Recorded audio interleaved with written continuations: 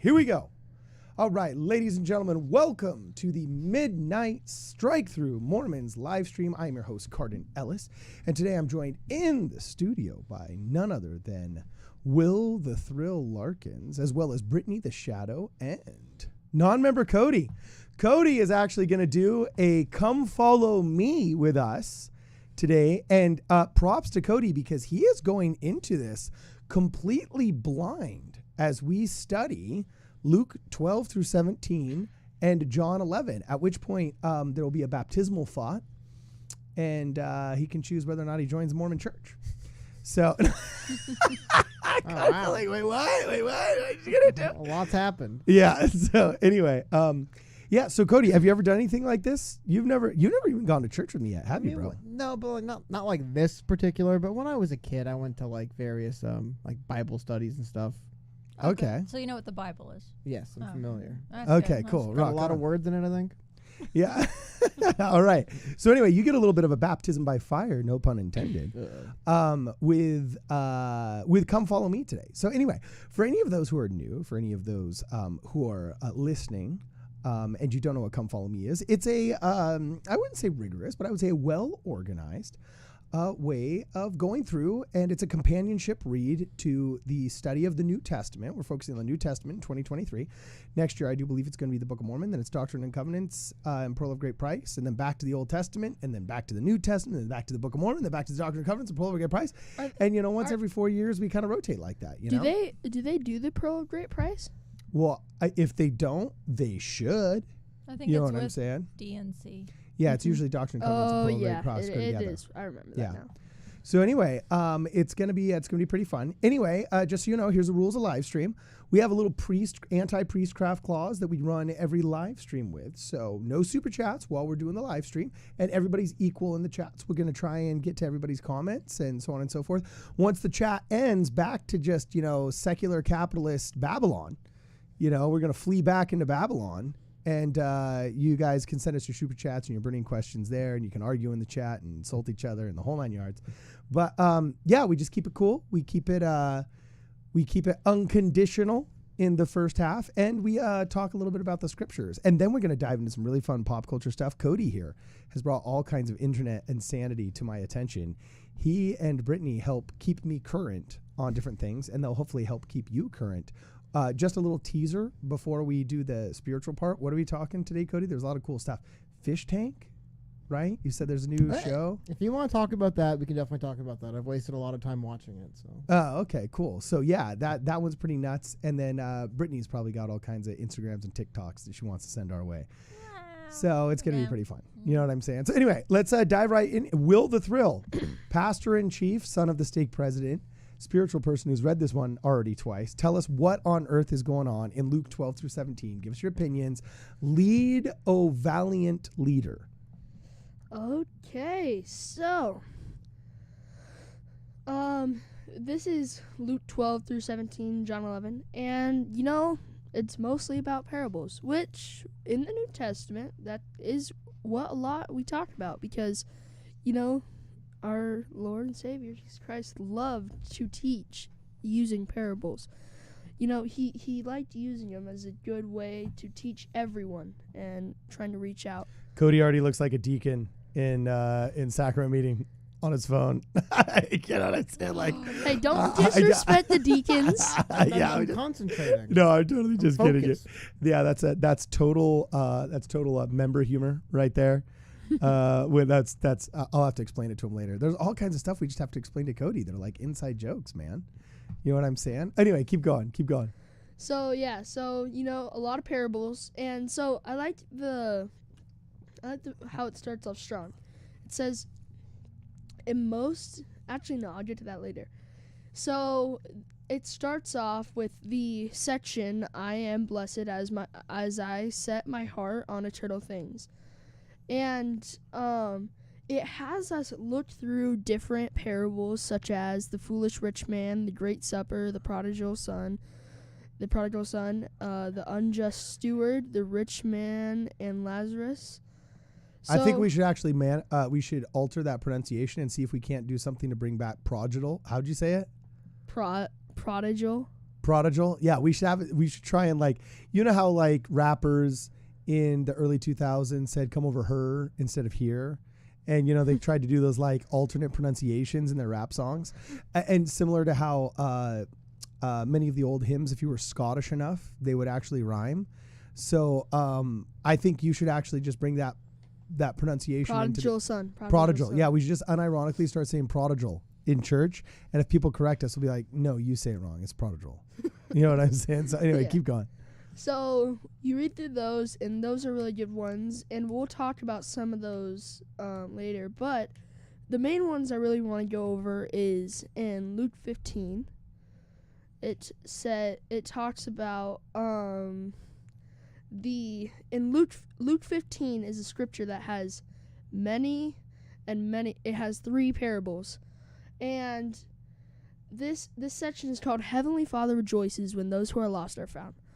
So, reading these parables, you will definitely be able to know what this means. So, if you look in Luke 2, the first story. I'm dying here, bro. Get to the meat and cheese. Come on, brother.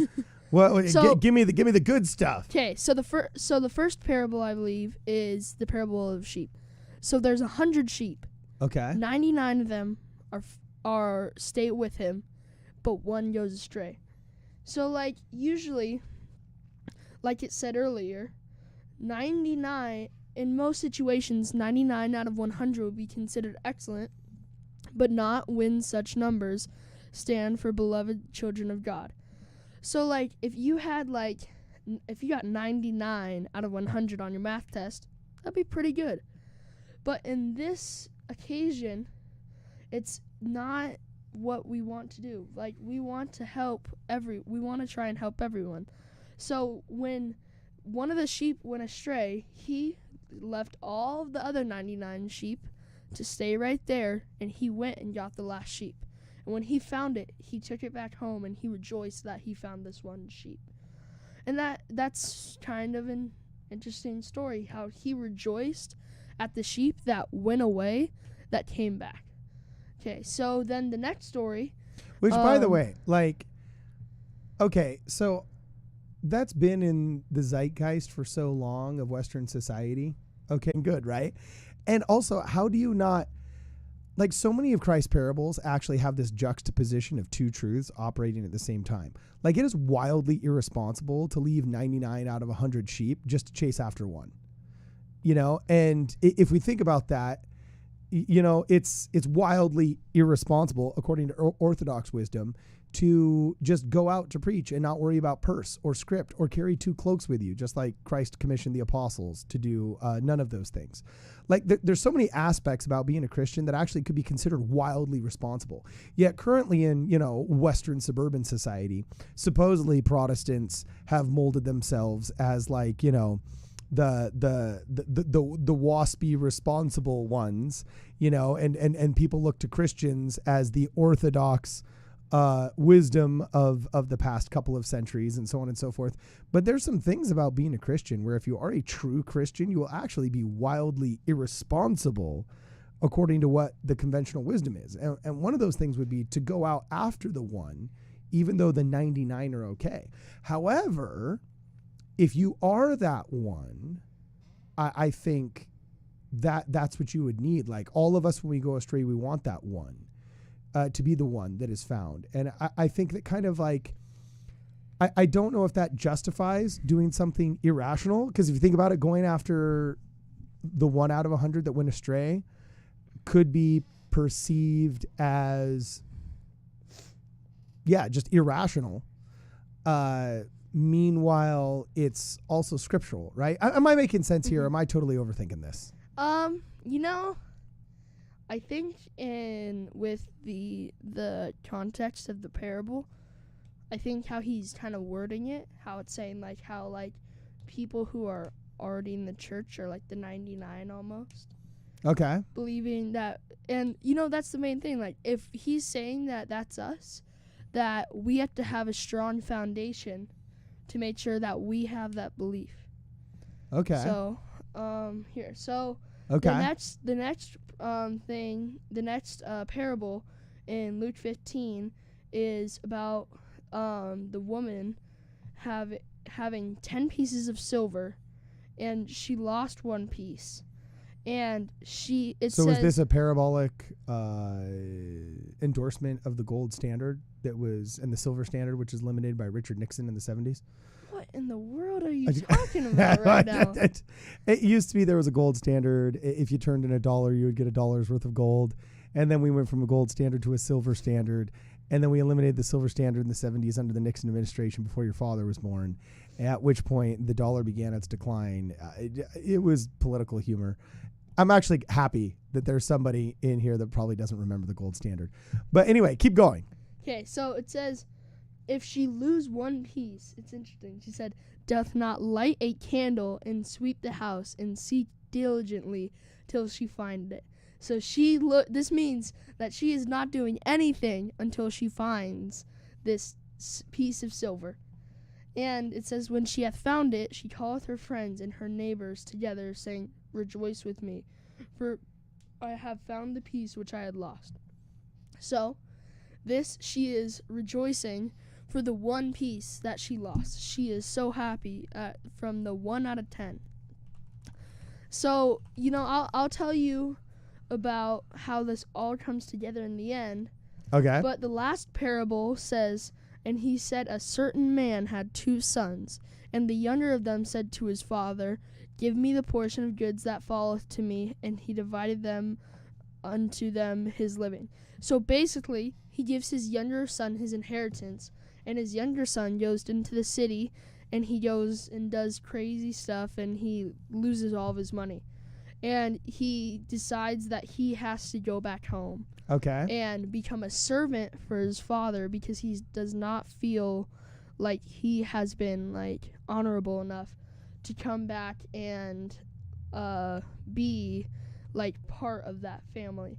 Okay. So when he comes back, his father sees him, he is just so happy that his son had came back, and it didn't matter that he had lost all of the money. He was just so happy to see him, and he said that he should kill his calf and that they should eat it that night for dinner. Yeah, rock on the fatted calf. He's gonna slay the fatted calf. Yeah, okay. I know a lot about eating the fatted calf. Yeah, rock on, baby. I love cooking that barbecue. So he says go kill the fatted calf, and they get ready for this huge party, and the other son that's been faithful to the father the whole time is working in the field, and he sees this and says, what's happening? I've been with my father this whole time, and he hasn't killed one calf for me. He hasn't done anything. Yeah, that's what I'm saying. Yeah. Yeah, okay. So, but he doesn't see the part of where he's actually has been yoking to him this entire time and helping him.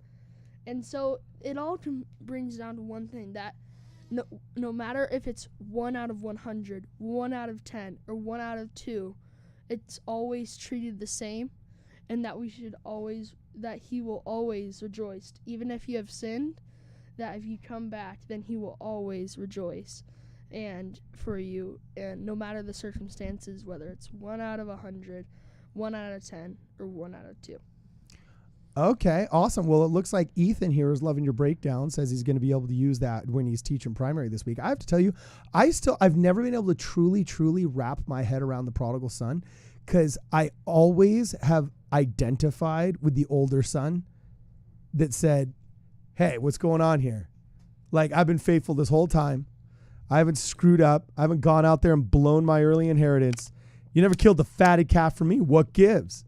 I think all of us kind of feel like they're in that way. Yeah, Brittany, what do you got? Okay, I'm going to be a little Brittany, the shadow, emphasis on the shadow here. Okay. Yeah, WTF. All this parable teaches me is that it's okay if I leave, because when I come back, I'm going to be treated like a queen. That's all you got out of it? Kinda. You know? Okay. Gosh. So I got to admit that I struggled with this one as well. And I'm actually ask Cody a question here. I'm going to ask him what he thought as an outsider's opinion on this scripture. But it wasn't until I actually saw an interview with Guy Richie on the Joe Rogan Experience, where he talks about his interpretation of the Prodigal Son and how it basically influenced his filmmaking and so on and so forth. Was only when I started wrapping my head around the Prodigal Son. You know what I'm saying? So Brittany says that she thinks that like nearly justifies just wayward behavior, right? So Cody, have you ever actually read the Prodigal Son? Actually, or have you just only understood the regular, just kind of what's in the cultural zeitgeist? You know what I'm saying? Everybody says those are my two favorite phrases. I saw that in chat earlier. Thank you, whoever that was. But was there anything new that came out from the Prodigal Son? Any details you hadn't heard before? I mean, going in, all I knew was the saying, the prodigal son returns, and some vague context around that. I didn't really know there was a Bible story. I honestly had no idea where the You didn't know where that came from? Hey, look, so you learned something new today. Yeah, See? exactly. See? It's not that hard. Teaching the gospel, we're only here on Midnight Mormons. Well, you see it like this. You know what I'm saying? But anyway, okay, cool. So, yeah, I think all of us, if we don't understand a lot of the deeper meaning of maybe what Christ is trying to get across, it may seem like a somewhat nonsensical parable, not nonsensical parable, but a difficult to understand parable coming from, you know, a justice worldview, just like the parable of the 10 virgins might actually seem like the virgins were just a little bit stingy if you don't understand that they literally only had single serving like alabaster boxes that they could carry around their oil in, so they couldn't share. They weren't just being stingy. It was that they were unable to, because you could only carry around a single serving amount.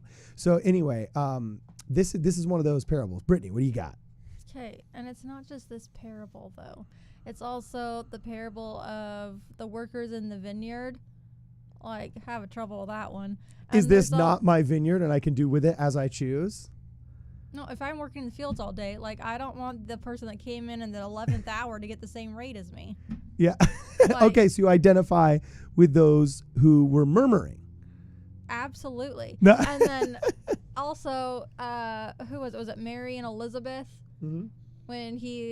Was it Elizabeth when he condemned Elizabeth for like working and like being busy, and he's like, Yeah. what are you doing? You should come and sit. And it's like, She hath chosen the better measure. okay, well, like, do you want food? Do you want dinner? Like, I don't know. Like, I don't know. Okay. These parables just bug me. I can't. You're not digging, huh? No. You know, I think. Okay. Well, get Will the Thrills thought, and then I'm gonna do the. This is gonna be a short come follow me, but you know, let's get Will's thought before we Here, listen to Guy Richie. You do the video, actually. Do the video. Okay, cool. So this one's interesting. I'm gonna have to very craftily edit some parts because I Mary think. and Martha. It wasn't Elizabeth. Yeah. Okay. So I'm gonna have to very carefully Thank edit you, some Rex. parts here, but this is Guy Richie talking about the parable of the 10 virgins, and I think I memorized where the two PG-13 references are. So we're gonna edit these. Let's see here. I have to personalize it in some way. I have to understand the narrative. Oh, whoops! Hold on a second. I had it on double speed there. Give me a second. Let's go to so we don't get copyright struck. 1.25. Here we go. That allows me to own that suit, and thereby I put on my suit Okay. of armor and I come out into the world. And guess what? I'm having a good time because I'm owning the suit. Now, This is Okay. a very rock solid philosophy. Is this something you've ever written Guy down? Ritchie. Do not go to Fab Letters. Oh, Do not man. take our- It's a commercial. Okay, hold on a second. We're not getting paid by these guys, so we're just gonna skip that ad, and then we're gonna go back. So here is Guy Ritchie. The essence of narrative is only about this dynamic. There is nothing else in a story other than this dynamic. So the struggle between other people's perceptions and your own wants and desires and who you truly are, your significant real self. That's it. That's all there is. You tell me. Okay, so he's talking about narrative structure here and how the parable of the prodigal son influenced him. We'll see how. A story that we engaged in that's famous, Is the that's sound not about supposed this to be journey. playing? Yeah. I'll give you an example. The Prodigal I Son. can't hear it. Parable, Christian, seems religious, doesn't really make much sense. Do you know the story? Sure, but why don't you lay it out? So there's a father. Can you hear it, bro? Oh, here. I'll put it up so you can hear it out there. You probably I just can don't. hear it in my headphones. Yeah, your headphones might be unplugged, bro. Sorry. I'll put it out on the regular speaker so you can hear it too.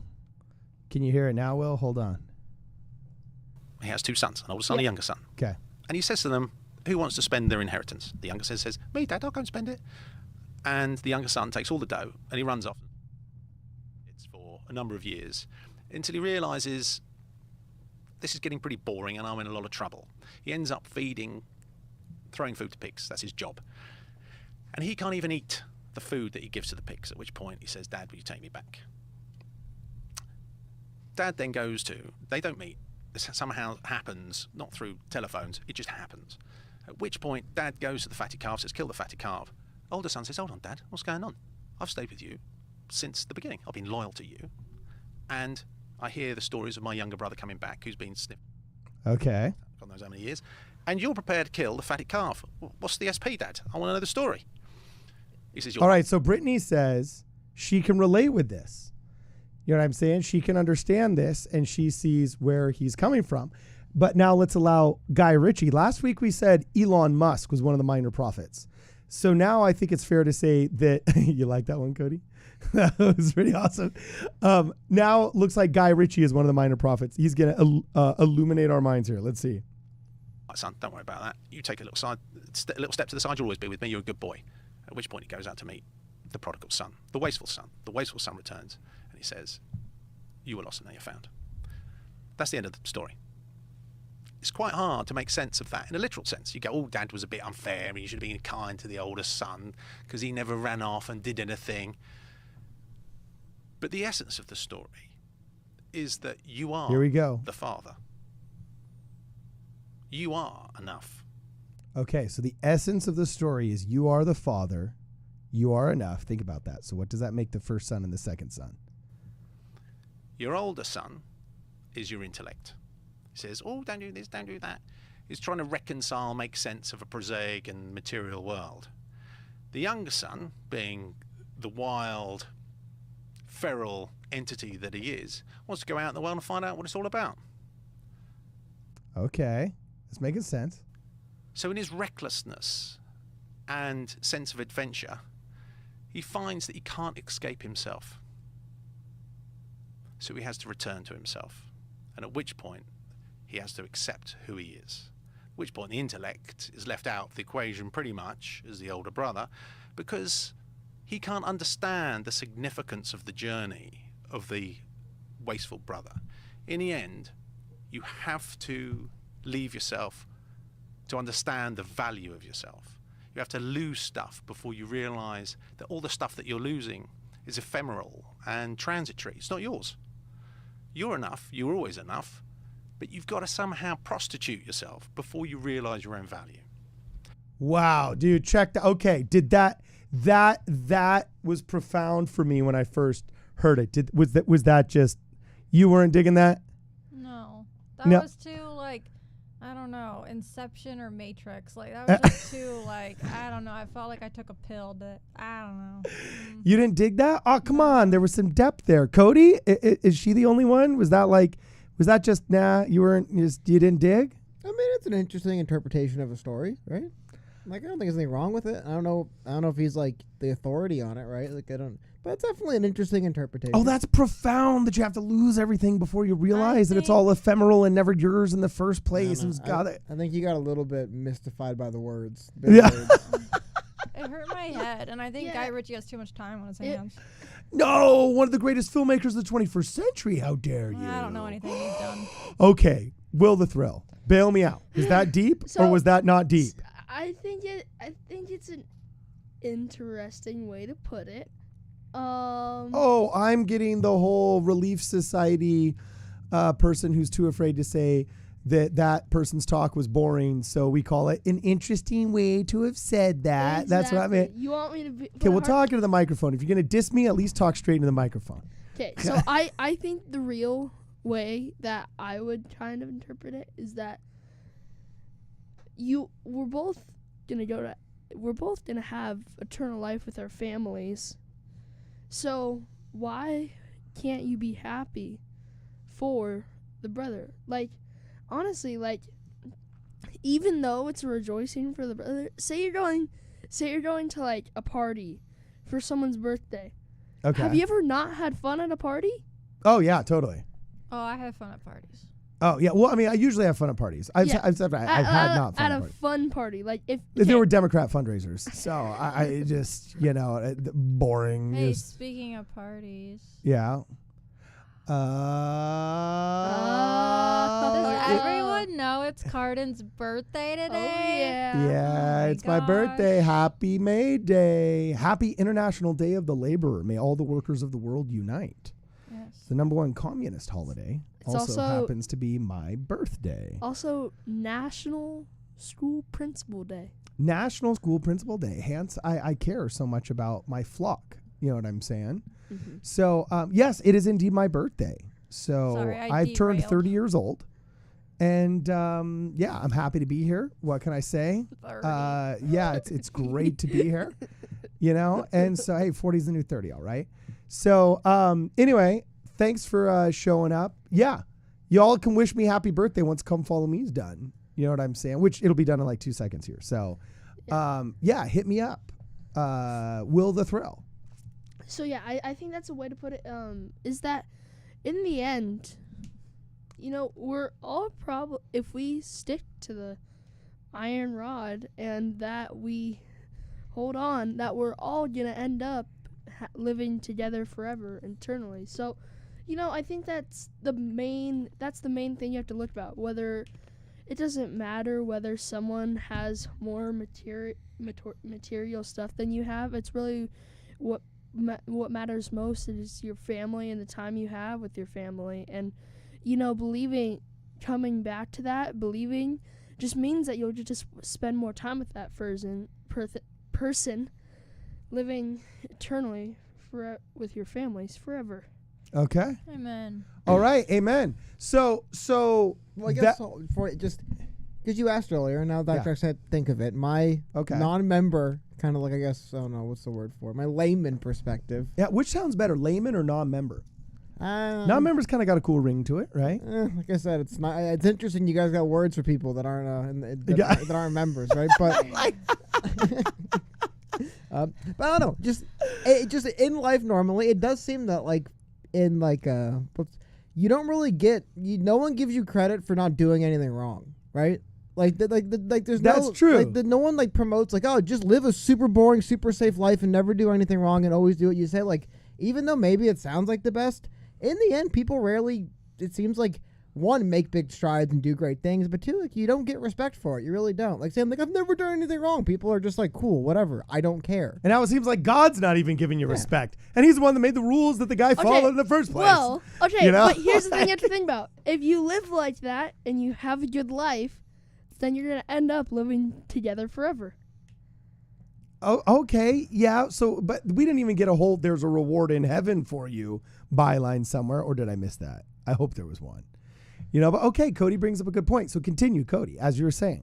Well, I guess that's the larger point. I think like in that individual story, again, just from a kind of a layman's perspective, the fact that one of the characters actually did go on a journey, did something, took risks, probably acted selfishly and paid the price for it. There's a lot more to respect than that, than just someone who just basically, I just did what I was asked. I never did anything wrong. Like at a certain point, it's like, cool, right? It's like this person actually went out in the world, was doing things and was like, had a chance to maybe impact the world in other ways. Whereas like, you're here, you're a farmer forever now. Like that's it. This is you. Whereas the other character actually had a chance. Maybe he blew it, but he gave himself an opportunity to grow and become something. So it's easier to forgive someone for trying to go out and trying than it is to really praise someone for never really trying to go out and do anything. Oh, interesting. So you're almost interpreting that as kind of almost a pseudo endorsement of risk taking, you would say. Oh, I guess to put it in the context of if you're looking at it from the perspective of like what like God would want, I guess like, yeah, like it seems like it's the idea that it's saying like, obviously seems like there's people like most religions want you to live nice, pious, kind of safe lives, but I think sounds very Protestant to me. Yeah, but at the same time, there is this understanding that it's like the story of like how like the Soviets used pencils in space because pens didn't work because of gravity. Yeah. And the Americans spent all this time and money making a space pen. And Americans sound kind of goofy, but at the same time, Americans said, you know what? We're going to make pens work in space. We don't care if Yeah. it's stupid and impractical. I'm sure somebody brought up pencils will work, but and it's like wildly burns through $10 billion of money. but still, now there's the technology. I think it's the idea that there is value, even if you come up short and it ends up all being wasted. There's value in attempting, going out and seeing what's out there, trying to make things happen that might seem impossible. There's great value in that, and as long as people, I think that's why though also at the story the character has to be humbled, right? It's not like he was like, you know, throwing slop to pigs and then the gold bar fell on his head and he was rich now. It was like he had to go back and be humbled and say, all right, I blew it, but I tried, but then I blew it. You know? Yeah. Can you get any louder with that freaking water bottle, bro? Like, can you just crinkle it in the microphone while you're doing that on the live stream? What, dog? Very un-P-Nelly. All right, you know. So anyway, Cody, finish that last sentence before my cousin here, my lazy learning cousin. You know what I'm saying? Be nice to Will. Okay, you're right. Well, no, Before he crinkled his water Don't bottle. think you're getting any birthday presents. Okay, keep going. Finish what you were saying, Cody. Well, no, I think that is kind of it, right? Just the idea that, like, you know, because the prodigal son character, he was humbled. He did have to admit that he did fail, but still, it's like the idea that because he did actually go out there and try to do things, there is, and then, you know, allowed himself to be humbled in the end. There is still value in that. There's things to praise in that, even though it seems like failure, like he just wasted money selfishly and then had to give up. At the same time, it's not all for nothing, I guess is my point. Not everything that ends in failure was for nothing. Sometimes it's still like the journey is worth celebrating at times, I guess. You know, so the freaking filthy uninitiated pagan came up with our best analysis all day. What is wrong with us here? What? You did remind me of Elder Uchtdorf's talk saying that he came to his senses. Well, yeah, we'll have to share that. That was actually that was an interesting insight. Cody, it's Brittany. Hit it. What? You interrupted me. Ooh, am I in trouble? It's my Yeah. birthday. You can't get mad at me. No. Okay, keep going. What was going through my head was, you're not hardcore unless you live hardcore. That's going to be my new Prodigal Son. So rap. so we went from referencing what was the movie that we referenced? Guy Ritchie to all of a sudden referencing Jack Black in School of Rock. Yeah, it's a good one. Okay, cool, awesome. Can I share? Yeah, take us home, buddy. Take us home. Yes, hit it. Okay, so there's another parable I love, which is called the Unjust Steward. Ooh. And in this, it talks about a steward. You got to do it in 2 minutes. We only got 2 minutes, Yeah, bro. So. 2 minutes. Okay. So the steward, he talks about how he has a surplus of fruit, and usually you would either keep that or you would like sell that. But the steward says that I'll take down my barns, and I'll make new ones that will fit everything, and I won't have to work ever again. Okay. And you know what Jesus says unto him is, why do that? Like, it's just because it's unrighteous that you should keep all of that and like not do anything with it, like maybe do some good with it. Okay. And I love there's a talk by Elder James E. Talmage on here that really does a good job at teaching this parable, and it says, be diligent, for the day in which you can use your earthly riches will soon pass. Take a lesson from even the dishonest and evil, if they are so prudent as to provide for only the future they think of. How much more should you, who believe in an eternal future, provide therefore? If you have not learned wisdom and prudence in the use of unrighteous mammon, how can you be trusted with the more enduring riches? So, he's saying that the earthly stuff is going to pass.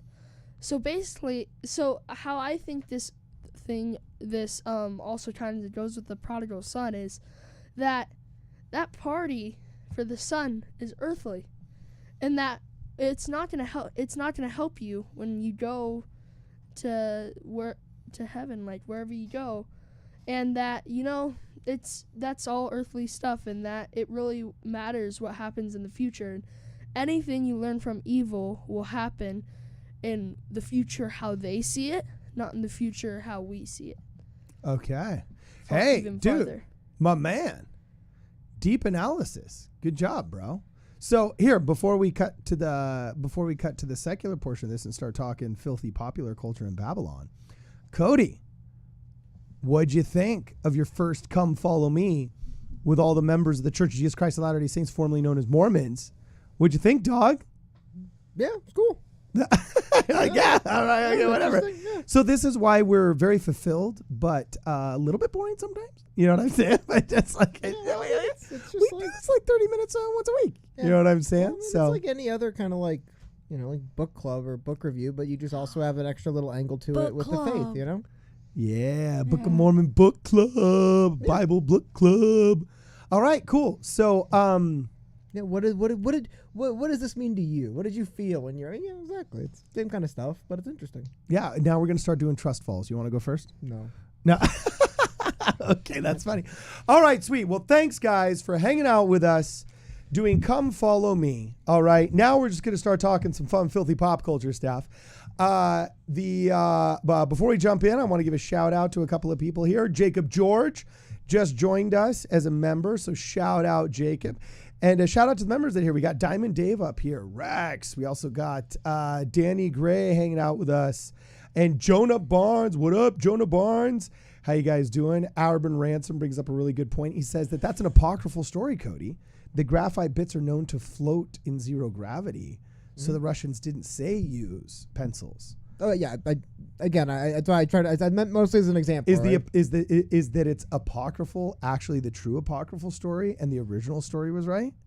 I honestly I feel like any single thing you hear at all, like you know, they're all apocryphal. It's always like, and the thing is, even sometimes it's like you can kind of maybe make the case that it's sort of it, but like I don't know. But yeah, again, that just goes back to the point that sometimes trying something that seems kind of dumb and pointless is worth it because you can develop something in the end. All right. So Erica, what's up, Erica? How you doing? Glad to see all the members in the chat. It's gonna be super fun. And Diamond Dave, I reached out to you on your Facebook page. Apparently, you're a big Minecraft streamer.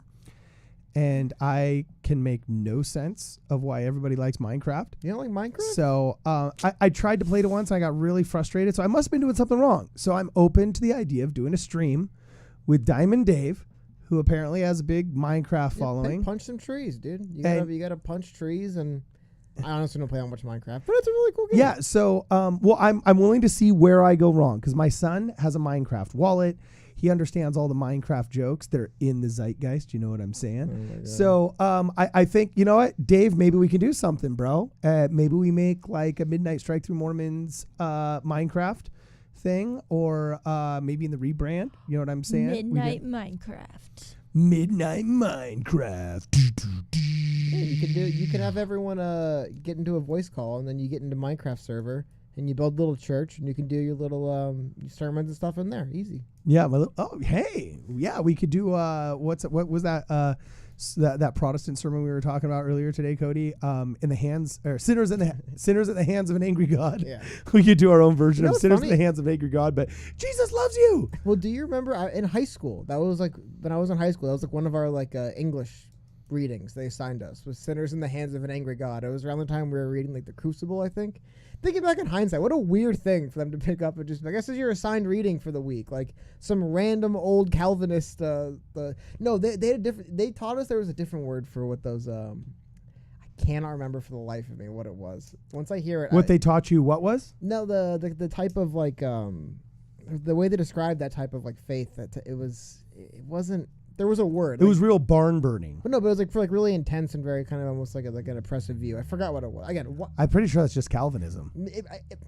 I'm sure from the layman's perspective in public school in I want California, to name names. they had a different name. Apologia Studios. No, I'm just kidding. No, I'm gonna look it up. It's gonna drive me crazy. But Wretched Radio. Todd Friel. yeah, but it's just weird. Like at the time, it was just school. I didn't think much of about it. But it's like it's kind of weird in hindsight that they like spent a lot of time. Vody Beauchamp. Going through it. They spent like a lot of time just going through it and making us read this and talk about it. Okay, Rex, good.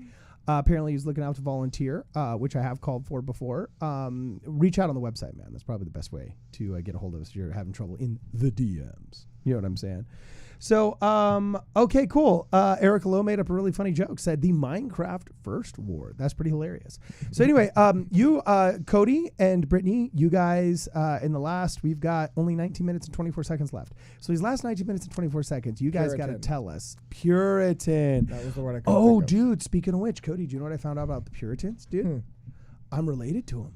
Cool. Makes Yeah, sense. in fact, in 1611, when the first, they're called the Five Old Planters, or was it 1645? I can't remember. But Jonah Barnes is helping me do my genealogy. And so when the tab was still up, I started really like searching and so on and so forth. After he'd gotten off the phone with me, I still kept searching and so on and so forth. I found out that I'm related to the original 5 old planters of Salem.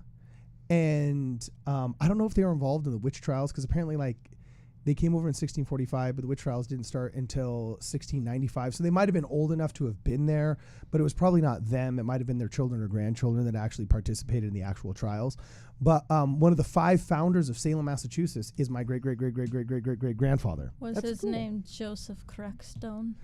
No, it was not Joseph Wait, Crackstone, so you know. do but- we know that the Isn't Salem that- witch trials ever isn't that happened? Wednesday? Mm-hmm. Oh, is there actually doubt that they did indeed happen? Well, I mean, like, no one was there to see it that I've ever heard of, so I don't know. Maybe they're all just like kind of like the Crucible was a play, right? Maybe it was rooted in fact on some level, but I wonder how real that was.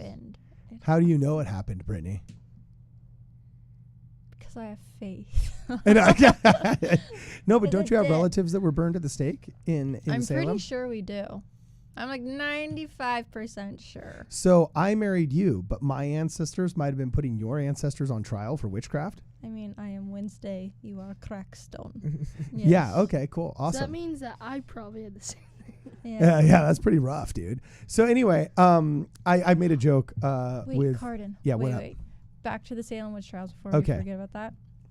Did you know, I just read there's this theory that it all happened because of some fungus in bread. It's called like ergot, I think. I'm probably saying it wrong. Oh, I think you mentioned something about this before. Re-educate me. Yeah, that basically there was this fungus that was infected in all the bread, and the women were eating bread, and it had fungus, and it caused hallucinations and just caused you to get sick. And apparently they were killed because they were just sick off some bread. So they were That's having sad. hallucinogenic fungus in their bread Yeah. that was causing them to act a little bit funny, and then people thought that they had an evil spirit Mm-hmm. and put them on trial for it, huh? Yeah. Wow, hardcore cancel culture. Diamond Dave reaches out. Thanks for the super chat. Diamond Dave says we can get a realm or server on Java Edition PC, and I'll teach you guys. But most of my following is from Africa and Southeast Asia. Interesting / India because of my conservative values. Oh, that's funny. Whoa. Yeah, it's pretty sweet. So you're balling in Southeast Asia and India.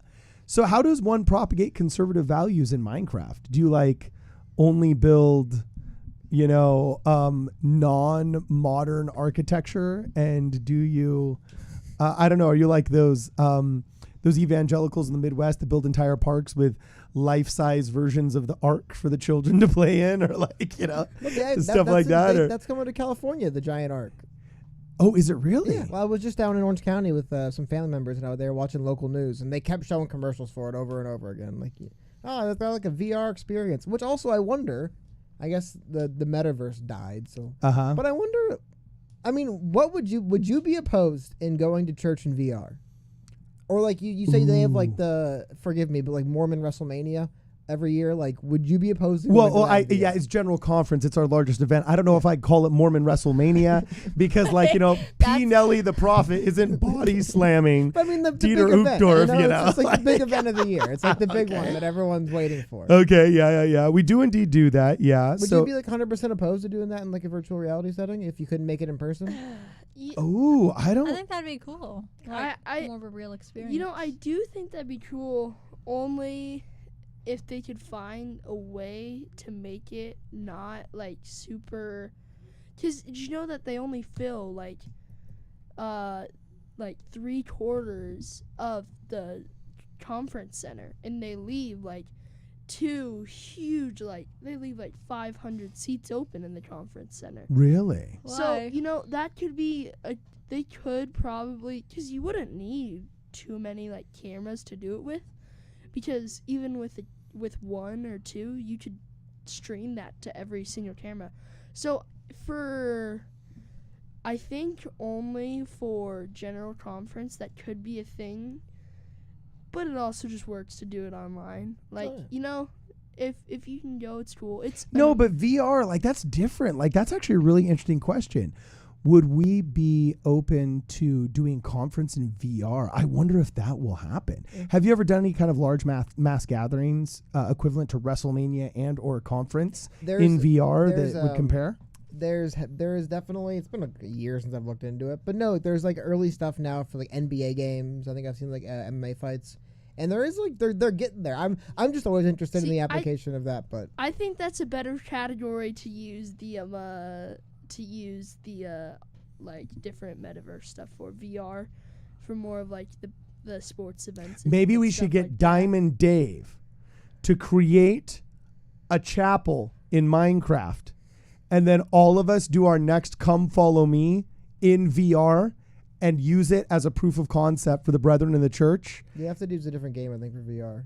Oh, there's no VR in Minecraft. They don't just like. I don't believe so. No, VR as a whole, it's.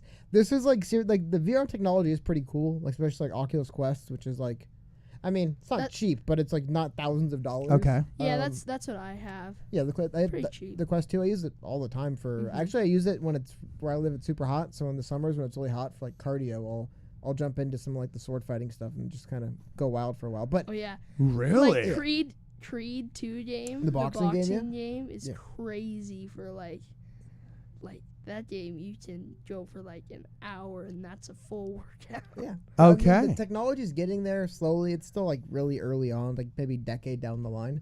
But I am just curious for just any kind of things that people normally do in person, but it's again large gatherings, events where there's only so many seats and more people want to go than they can afford or too far to travel. I'm always kind of curious, and yeah, that's kind of why I asked about using it for some of your more kind of religious stuff, because I could definitely see it being weirder. It's like, well, I don't know if I want to go like VR for it, but the technology is rapidly getting there, and there's some cool stuff already too. They could do.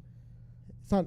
I don't know if it's been implemented in VR, but there's a video game company, Ubisoft, and they wanted to make some games that took place in ancient Egypt a while ago, and they went and basically very realistically, as accurately as they could, rebuilt a lot of these old buildings and structures in ancient Egypt, and they actually had a kind of companion piece that wasn't actually a video game. It was just like a guided tour of these rebuilt. I think they went for Greece too. when the cathedral at Notre Dame burnt down, didn't Assassin's Creed step in? That's and Ubisoft, same company, yes. But my point would be also, we aren't too far away from people being able to use from the best information we have, recreate various like locations from the Bible and stuff, and allow you to explore it in like a VR setting. Yeah, but I wonder, so that stuff you'd be open to as well, right? Oh, dude, are you kidding me? I'd totally be open to that. That'd be like freaking awesome. So, anyway, guys, if you have any burning questions, we got 10 minutes left here. Hit us up with any super chats, anything you want to get off your chest, any questions you got for us, for Cody, for Brittany the Oracle, for William the Thrillium. You know what I'm saying? Hit us up. In the meantime, Brittany and Cody are going to catch us up on pop culture in Babylon. So what's going on? Cody, you brought to my attention something that's pretty wild that our audience has to see. I don't know if this is the greatest forum for it, but there is currently. Well, why is it the greatest forum? This seems pretty crazy. You got to tell me. That's why it's a little bit crazy of a show. Also, although one of the people on the show is, I don't know if he's religious, but he reads the Bible out loud to the camera multiple times a day. But basically, you're talking about FishTank. Yes. Oh, sorry. What were you talking about? No, I was talking about FishTank, but right before you said something about FishTank, since we're talking about video games, you reminded me of something that I did want to talk about in this stream. We might as well talk about it now before I forget. You said in Fallout there was a Mormon character that was making people religious? Yes, there's the game Fallout New Vegas takes place like fantasy, kind of like post-apocalypse. Wait. So there's a character that's doing missionary work on behalf of us, and people are thinking Mormons are cool because of a dude in a video game? Oh, yeah. No, he is a very... And the interesting thing is, just for me, someone, again, I'm not religious in any sense. Okay, what's the name of the character? I got to look this up. What's the name of the character? Oh, no, I'm going to blow it. I think it's Joseph Graham. Joseph Graham? Type in Fallout New Vegas. Fallout New Vegas, Joseph Graham. I believe so, yeah. But what's funny about it is, again, like the whole like story that takes place in this game. That takes place in the place they refer to as like New Zion, and it's all these all these kind of like different religious terms. I literally never even put two and two together. Like I could tell obviously they had Bibles and talked about some Christian stuff, but I was never like, oh, this is interesting. This is like actually like they're referencing like scripture and stuff. I was just kind of like playing through the game. But I've noticed over time that a lot of people actually have cited like that character and that character's struggles and the main story of the game as being something that it like kind of if not like turning them religious, at the very least opened them up a lot more to a lot of like the religious Dude, look concepts. at this. I'm gonna have to put this up on the screen. This is super intriguing, man.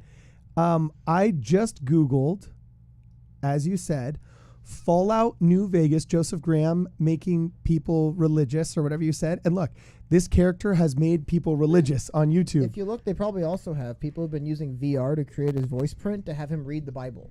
And people have him reading chunks of the Bible and his voice actor's voice with voice print. So look, this one says, I'm a Mormon. Pop culture often mocks my faith, but, I'm going to click on this one and see, oh my gosh, but Fallout treated it right. Oh, so that's why I'm curious to see your take on it. Because again, a lot of stuff that probably was like references or them directly like pointing to parts of the faith, I literally would not notice. It go right over my head every time. Oh, interesting. So what were some of the things that went right over your head that you didn't quite understand? I couldn't tell you. It went over my head. That's what I mean. Like, I think it'd be interesting for you to learn more about it because you'd be able to pick more out of it. Of like, oh yeah, that's like from this. Because to me, they're just characters in a game. It's like fiction. It's just getting point A to point B. So how do I learn out more about it? Do I have to team up with Diamond Dave in my Minecraft VR WrestleMania General Conference bodysuit in order to go and play an old bootleg copy of Fallout Las Vegas? What do I got to do? I would honestly, you can probably find on the internet they call like Let's Plays or people. I guarantee you, this is a very beloved character. I guarantee you, people have just gathered all of his voice lines and all of his relevant scenes together. And you could just spend time with the character. Because the reason why is if you see the character, he's like a mummy man with a SWAT vest and he has like 2 pistols. He's cool. So like a lot of like, like kids and just like people who like cool stuff gravitate to him because of his look. And he's, he's like, he's a tough guy. But the actual character behind it's also very interesting. So I think that also is a pretty funny way. Because I do believe the author or the guy who wrote the game, I do believe he's even said in interviews, like part of the reason why he wanted to add this character is because he felt that religious characters generally got a raw deal in media. Like they're just made to look as like either misguided and evil or just evil. And he wanted to actually have like a kind of positive portrayal of a religious character. Dude, look at this. So here's a guy that wrote an entire article on this. Okay. And it's very interesting. He says, 31 years ago, my parents, I'm a 5th generation Mormon, member of the Church of Jesus Christ of Latter-day Saints from Salt Lake City. I love video games. It's been like 30 years since I played track and field, duck hunt, and Legend of Zelda on the original NES, and I'm used to getting totally horrendously misrepresented. But this one's interesting. He said, as a Mormon, I am much more accustomed to seeing my religion portrayed in unflattering, even disrespectful ways in entertainment media. Think Fort Joe Smith and Starship Troopers and the Book of Mormon Broadway musical and HBO's Big Love series.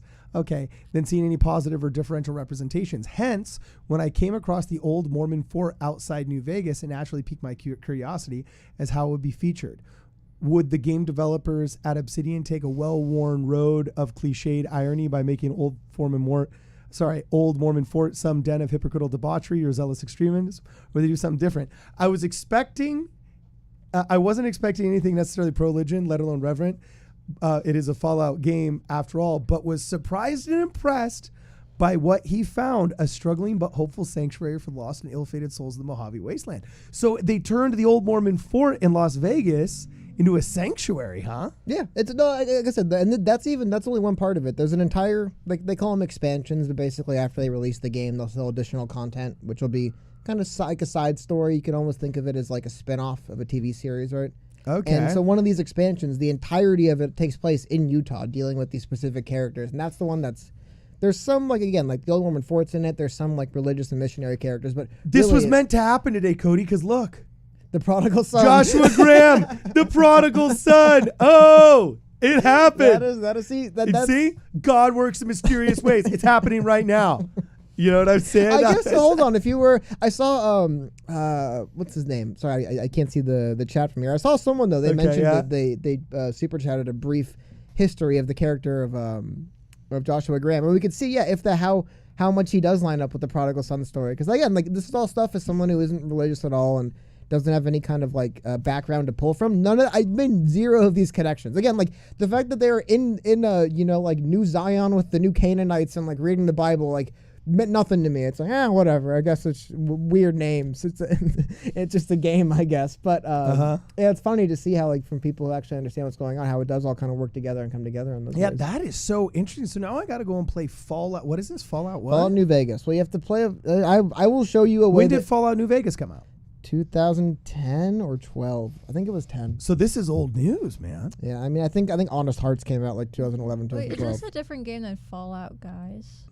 That's Yes. Fall Yeah. Guys. Oh, never mind. Yeah. I just know Ryder plays that. Okay, so we got another super chat here. Once again from Diamond Dave. I think that's what I was Yeah. pointing to. Yeah. Joshua Graham was a general for Caesar who committed atrocities. He was set on Kaiser. fire for what? Did I mispronounce that? Well, you didn't, but in the game, the joke is that it's so far into the future, they don't actually. They just have books and fragments that it's Kaiser. That's how they pronounce it. Oh, so and they're uneducated into the actual beauty of classical Western literature, much like the modern woke. So they just destroy Well, no, things. it's just that there was no more there was no more pronunciation. Everyone died. The world basically ended. The people who found this stuff later, to them, they would just. I mean, how are you supposed to pronounce that word? Anyway, not a big deal. It's just a joke, and kind of a joke in the game. You're not defending the woke scolds that are stealing words, right, Cody? No, of course not. No, I just got. I totally just can't. I don't even. But yeah, sorry. Continue reading it. I was just telling jokes. So anyway, Joshua Graham was a general for Kaiser who committed atrocities. He was set on fire and thrown over a cliff. He survived and found the Lord and is now a missionary to the survivors of the Great War. Wait. Wow, that's cool. Is that Kaiser or Caesar? Well, that was what he was just saying like 30 seconds ago. That in the video game, it's pronounced Kaiser as not a joke, but as a creative reference to in the future, the war was so destructive that people in their inability to, they just read books and so they don't know how to pronounce some of the classic You know what words. the Great War is? What's the Great War? In our souls. Taylor Swift's song. Oh, jeez. See how I segued into that? Yeah. Oh, okay, cool. Oh, so you got a T Swift reference here. Okay, what's going on in T Swift territory? Nothing. I just still don't have tickets.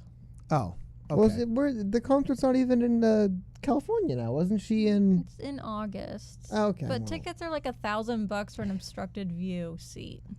they sell. Where is it at? Where they sell obstructed view seats? What is this, like Wrigley Field in Boston? Or Well, that was no, a bad it's reference. at SoFi Stadium. I SoFi think. is obstructed. I guess for a concert, it's a little different because I will say from a football perspective, SoFi is one of the best stadiums I've ever watched a football game I've in. Yeah. played on SoFi Oh Stadium no way! That's field. so cool. Hey, should we have Mormon WrestleMania in a stadium one of these times? I mean, we built the conference center, but maybe we should hold general conference at SoFi Field. Oh well, you're gonna have to raise a lot of money because that place is insane. Hey, would general conference of the Church of Jesus Christ of Latter-day Saints be more interesting to you, Cody, if it were to be at SoFi Stadium? With nachos. I will say this, like honestly, me in particular, I probably wouldn't be super swayed. However, and this could just be me, but I can see how psychologically, if people were to be driving around town and all of a sudden see like billboards and signs, and it's like, whoa, what's going on at SoFi? There's like a huge thing going on, and it's like, oh, it's the Mormon General Conference. They're like, what's like they like sell out SoFi? Are you kidding? It would make the church seem like a lot.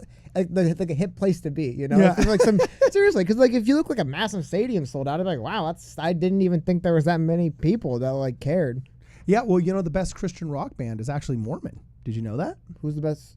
Oh, The the Killers? Killers. Okay, yeah. Well, they're also from Las Vegas. Yeah. Oh, are you doing some Vegas pride? Well, no, I just think it's tying back to we're talking about the Mormons in Vegas.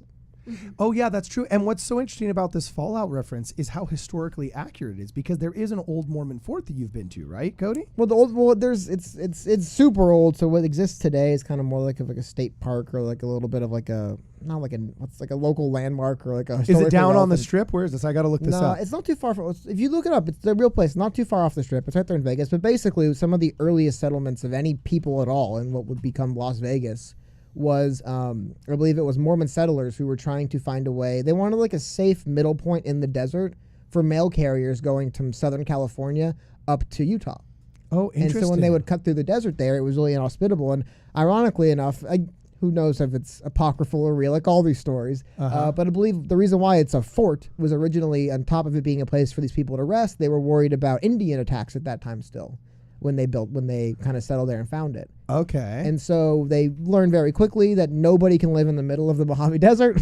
There's nobody roaming around trying to attack you, and they didn't really need a fort. However, though, it is kind of one of the earliest settlements, like kind of permanent settlement in like the Vegas area. And it's, I mean, look at the state of Nevada. It's still one of the only real permanent settlements in the state of Nevada when you think about it. Yeah, and it says that it was a spring-fed oasis in the middle of the desert, which I mean, there's no way you can live where Las Vegas is without some form of like plentiful water, and a spring would give you that, right? Cool. Wow, so this is intriguing. So how far is this? How far away from the strip? I believe like single-digit miles, maybe like 10, 15 miles. I don't think it's that far, though. I think it's because, again, it is like kind of just ruins. A lot of it's been restored or rebuilt over time because it's so old. And also, again, they very quickly realized there was no use for the fort. So there wasn't a whole lot of time spent to really maintain it. They just kind of built out. They built wider, not as safe, but they realized even like predators, like there's not grizzly bears in the Mojave. Like there really isn't a whole lot except the environment and nature itself that was coming to get you. And so they started just building different kinds of settlements. So the fort kind of got lost over the years. But it is really interesting when you think about, Sin City. The people that originally found it were early Mormon or travelers trying to find some safe haven for, because I believe just getting information from like Salt Lake City area in Utah to Southern California and Los Angeles was really important, and they kind of wanted to establish someplace. All right, awesome. Well, that was super cool. Unfortunately, that's all the time we have. We got like 1 minute left. Got any last super chats? Get them out of your system. Until then, I'm just gonna like wrap things up a little bit here. Basically, first off, thanks for hanging out with us. Shout out to all of the members of the chat. What's up, Walter? Saw you jumped in towards the end. Danny Gray was able to finally make it. And there was another girl that jumped in that I wasn't able to say hi to before. Oh, dang it. But anyway, this has been totally wild, totally fun. Diamond Dave, let's reach out. Let's do a collab here. That could be pretty fun. I'll do something Minecrafty. We'll do something Fallouty. I really want to see Cody. We should do some kind of let's play. Could I learn Fallout very quickly? Oh, yeah. Or hey, here's the major ways I would go about it. Yeah. One, I know you hate this, but I could Discord stream myself playing through it because you can help me make the choices. Or I would recommend you just play with basically cheats, because it's like if you were to try to like honestly without taking shortcuts, with like not having a lot of background knowledge or information of the game, you can get lost in this game for 15, 20 hours before you even really get to that story. Okay, so, but if you just kind of like use cheats and almost kind of like speed run there, like just like go here, you don't have to worry about dying. You can kind of just experience the game for its story and just kind of walk through the combat sections. I think it's set that up easy as well. Yeah, one last super chat from Mr. Keeps on Ticking says Patrick Q. Mason stocks plummeting right now at an all-time low. Sell. BT dubs, the devil took down the Mormon news videos. Anybody know why? That is a good question. Has he actually stated why he took down all 3 episodes? I know he got a lot of pushback, including from this channel and some of our invited guests, such as Jacob Hansen, for I don't know, for just going anti-Mormon for 3 weeks or teaming up with anti-Mormons to agree with them for 3 weeks. I find it interesting, and I guess you'd have to call it a success that he took them down. I don't know if I call it a success, because it seems a little bit cancel culture-y to me. And I'm kind of like I would rather that they exist in cyberspace as proof that people's empathy can get weaponized enough that they may even end up collaborating with those that hate us out of some kind of mistaken effort to be ecumenical and egalitarian. That's me giving the most amount of grace to the situation that I can. So I'm an anti-free speech person and an anti-cancel culture person. So I don't know if I would call that a success, but I definitely think it's a data point that hopefully he got the message that we're not stupid. Whatever academic right-brainedness made you do what you did, we're not interested. Just like people are, Bud Light stock is tanking. I guess Patrick Q. Mason's tanked too, because finally the public and the consumer reached a point where they said, no more shoving crap down our throats. You know what I'm saying? we're not buying the crap. And so, We're gluten free. yeah, we're gluten free, baby. Is beer gluten free? No, beer is No. depending on the no, not at all. Is It's it made out of wheat? yes, it's mostly, and especially like one of the more popular beers is like they're referred to as like IPAs or India Pale Ales. Yeah. Those are like basically drinking loaves of bread. I mean, like it is they're not gluten free. Is that why people get the beer belly? Yeah, unironically, yeah, for the most part, yeah. It's because they're basically again like people like that drink like tons of beers. People buy like 6 packs and drink them all. It's not like it wouldn't be that much different than actually eating an entire loaf of white bread. Yeah. Like, Really? like That every bad, night, huh? Yeah, it's like, oh, I just come home every night and eat my nightly loaf of bread, you know? Like that's basically Oh, that's horrible. Yeah. Just like See, where else do you get this information than a Midnight Mormon? Come follow me. You know what I'm saying? No, well, the Come Follow Me ended Oh, 30 yeah. minutes ago. Oh, yeah, Now I we were forgot. doing the pop culture in Babylon. And we had our non-member friend, Cody, teaching us about those who imbibe, those who take the invention of Noah and the fruit of the vine, shall we say. So Erica Lowe says, happy birthday. Oh, she gave me a birthday super chat. Erica Lowe, bless you. Oh yeah, Yes. you're 27 today, right, Carter? Yeah, I just turned 25. Oh, nice. I know, I just turned 25. I'm a Yeah, cougar. I gotta be honest. Yeah. You look awful for 25. Savage, man. That's pretty funny. So anyway, thanks a bunch for hanging out with us, guys. Today it's been real and it's been fun and it's been real fun. We hope you guys enjoyed this. Hopefully you guys that we talked to and shouted out, let's collab. Let's get this going on. Other than that, make sure if you haven't yet, please subscribe to the channel. I see that 40% of our viewers are still looking us up actually in the browser function and aren't actually setting up the channel. Also, if you're interested in contributing to the show, super chats are great. You can always thank us afterwards. Another way that you can also contribute is there's a PayPal link in the description of all of our videos. There's Venmo is actually the easiest way. We very much appreciate Venmo. And also the Amazon wish list, all the equipment that you guys see around here that we have in the studio, a lot of it was purchased on Amazon or Facebook Marketplace throughout Hollywood where we live, because you could get cheap stuff there too. You know what I'm saying? Only in like movie making Hollywood can you find like really good stuff for pretty inexpensive. But anyway, if you guys want to contribute to the channel that way, please make sure you help us out that way. We love having all these contributions. It really helps us out. It helps us bring really cool content to you guys. Anyway, other than that, we'll see you guys in part 2 of the video that we uploaded today. That should be released tomorrow. And yeah, it's been awesome. We'll see you guys in the next one. This is Midnight Strike.